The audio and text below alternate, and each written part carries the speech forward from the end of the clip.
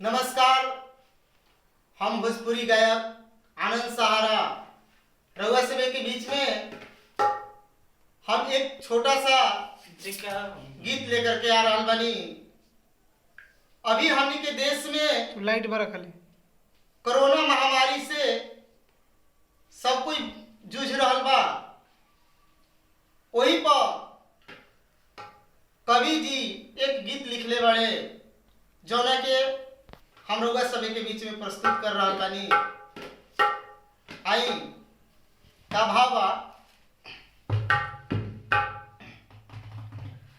आरी आइल महामारी कोरोना बीमारी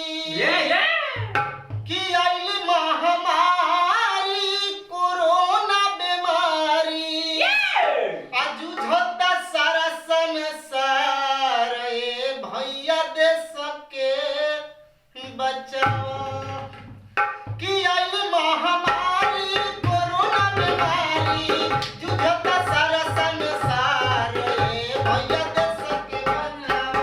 आइल महामारी कोरोना बीमारी झोता सारा संसार ए भैया दे सके बचाओ आइल महामारी कोरोना बीमारी झोता सारा संसार ए भैया दे सके बचाओ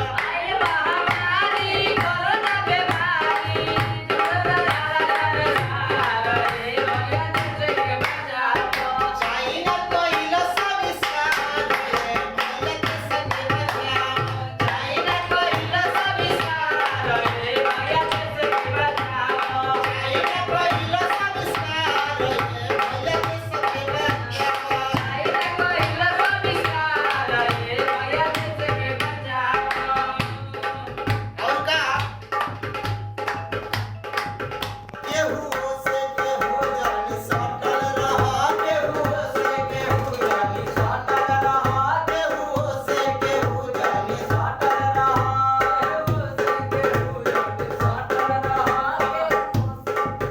एक मीटर के दूरी पर हटल रहा एक मीटर के दूरी पर हटल रहा एक मीटर के दूरी पर हटल रहा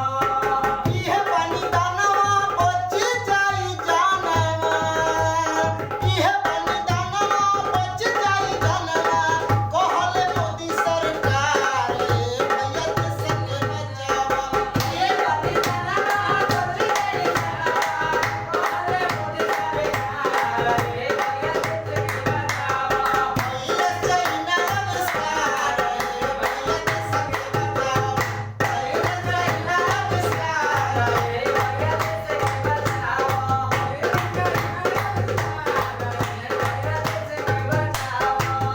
और का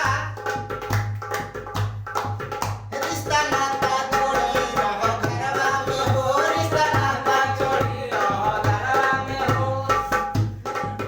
रिश्ता नाता जोड़ी रह घरवा में हो रिश्ता नाता जोड़ी रह घरवा में हो रोज देता ही है समाचारवा में हो रोज देता ही है समाचारवा में हो रोज देता ही है समाचारवा में हो घूमन बाजार केहू के दुआरे घूमन बाजार केहू के दुआरे कोइला सबर सत्याचार भैया दे सके बचाओ भैया दे सके बचाओ चाइना कोइला संस्कार भैया दे सके बचाओ चाइना कोइला संस्कार भैया दे सके बचाओ चाइना कोइला संस्कार भैया दे सके बचाओ चाइना कोइला संस्कार भैया दे सके बचाओ चाइना कोइला संस्कार भैया दे सके बचाओ हमनी के हाथ में बा कोरोना के भगावे के। हमनी के सोशल डिस्टेंसिंग बनाई जा, घर में रही जा, सुरक्षित रही जा। नमस्कार, प्रणाम।